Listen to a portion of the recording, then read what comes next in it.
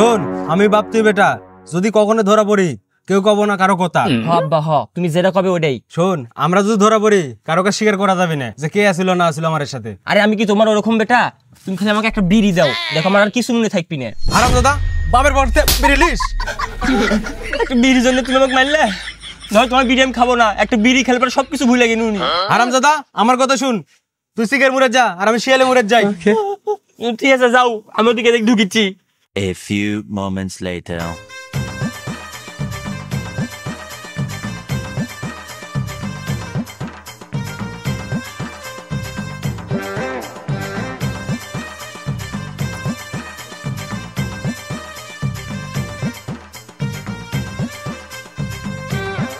জি sir, জি sir. হ্যাঁ sir, আপনি চিন্তা করেন, আমরা ডিউটিতে আছি, সমস্যা নাই।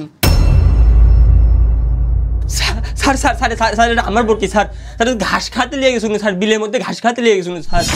ওই যে একটা কথা শুনিসনি, এ ঠাকুর ঘরে কে রে, তখন কয় যে কলা আমি খাইনি। তুই কিছু জিজ্ঞেসই করলি না, তুই করছিস স্যার বলকি আমার, আমি ঘাস খাতে লেচ্ছি না, আমার বাড়ি এই একরার মধ্যে ঘাবলাস এক ধর। আপনি আমার গায়ে হাত দিচ্ছেন, আপনি জানেন আমি কেডা, আমার বাপ কেডা আপনি জানেন? একটা মিনিট দাঁড়ান খালি, আপনি চাকরি মাকে সব খাই দেবো, দাঁড়ান।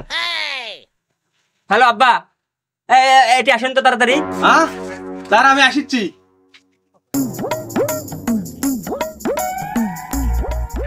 ঠিক আছে, অসময় ডাকিস কিসে, দেখুন একটা বড় দান মারিছি। খাজনা নিতে আসছিল না, খাজনা দাও। ও দরদি রে, এই চোখের পানি দেখলে আমার কোনো মায়া মমতা আসে না।